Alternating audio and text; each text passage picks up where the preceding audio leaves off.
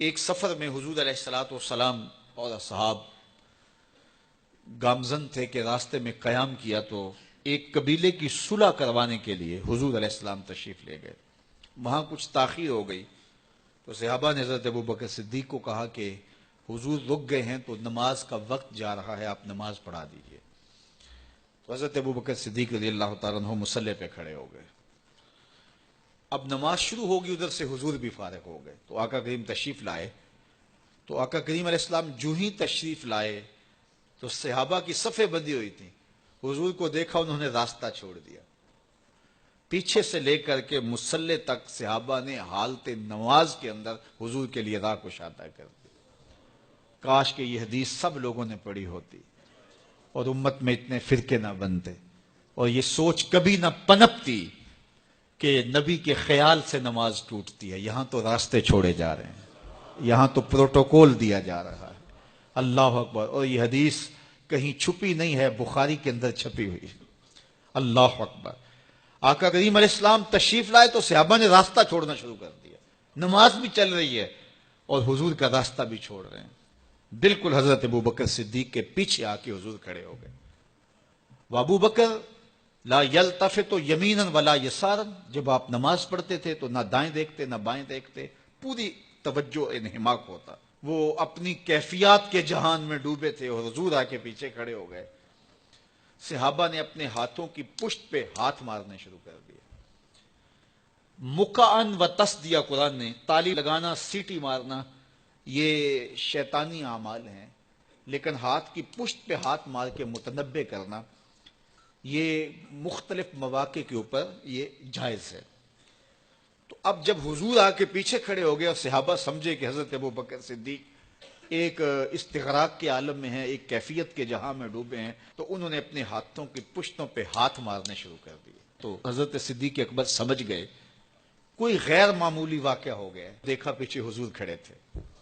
اللہ اکبر. تو حضرت صدیق اکبر مصلی سے سرک کے پیچھے آنے لگے تو آقا کریم نے اشارہ کیا رکو، نماز پڑھاؤ. سیدنا صدیق اکبر اس کے باوجود پیچھے آ گئے. کبھی ہوتا ہے حکم اور کبھی ادب آگے ہوتا ہے. اللہ اکبر. حضرت سیدنا علی المرتضیٰ رضی اللہ تعالی عنہ کو کہا نا حضور نے صلح حدیبیہ کے موقع پہ صلح نامہ لکھوایا جا چکا تو لکھا یہ محمد رسول اللہ اور قریش کی جانب سے ہے. تو عروہ نے کہا اگر محمد رسول اللہ مان لیں ہم تو پھر لڑائی کس چیز کی ہے؟ تو اس لیے محمد رسول اللہ نہیں، محمد بن عبداللہ لکھا جائے. تو وہ اس بات پہ بضد ہو گئے اور اگر ایسا نہیں ہوتا تو معاہدہ ٹوٹ رہا تھا.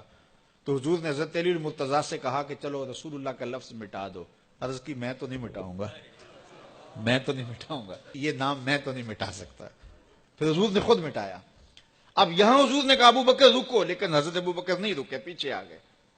اور پھر حضور خیر مصلی پہ گئے، نماز ہوئی، سلام پھرا. تو حضرت ابو بکر صدیق رضی اللہ تعالیٰ عنہ کو حضور نے کہا ابو بکر جب میں نے کہا تھا تم رکے رہو تو تم کیوں پیچھے آئے؟ تو سنو حضرت ابو بکر نے کیا جواب دیا رضی اللہ تعالیٰ عنہ. کروڑوں سلام، لاکھوں عقیدتوں اور نیاز مندیوں کے خراج ان کی چوکھٹ پہ. عرض کرنے لگے ما کان لابن ابی قحافہ ان یؤم رسول اللہ صلی اللہ علیہ وسلم.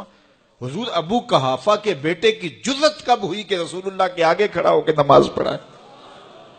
یہ ابو قحافہ کے بیٹے کی ہمت کب ہوئی کہ رسول اللہ کے سامنے کھڑا ہو کے نماز پڑھائے؟ تو ادب پہلا کرینہ ہے محبت کے کرینوں میں. حضرت ابو بکر صدیق رضی اللہ تعالی عنہ نے اگر حضور علیہ الصلوۃ والسلام کی اطاعت اور حضور کی محبت، ادب، فرما برداری اور جانثاری کے انوکھے باب رقم کیے ہیں، لیکن حضور نے بھی ان کو جو اعزازات دیے. ایک خاتون آئی مسئلہ پوچھنے، آقا کریم نے فرمایا پھر آ جانا. اس نے کہا پھر آؤں اور آپ نہ ملیں؟ تو کہا میں نہ ملوں ابو بکر تو ملیں گے نا. اللہ اکبر. تو اپنے بعد اشارہ دے دیا ان کی طرف کہ میرے بعد میرا نائب ابو بکر ہے.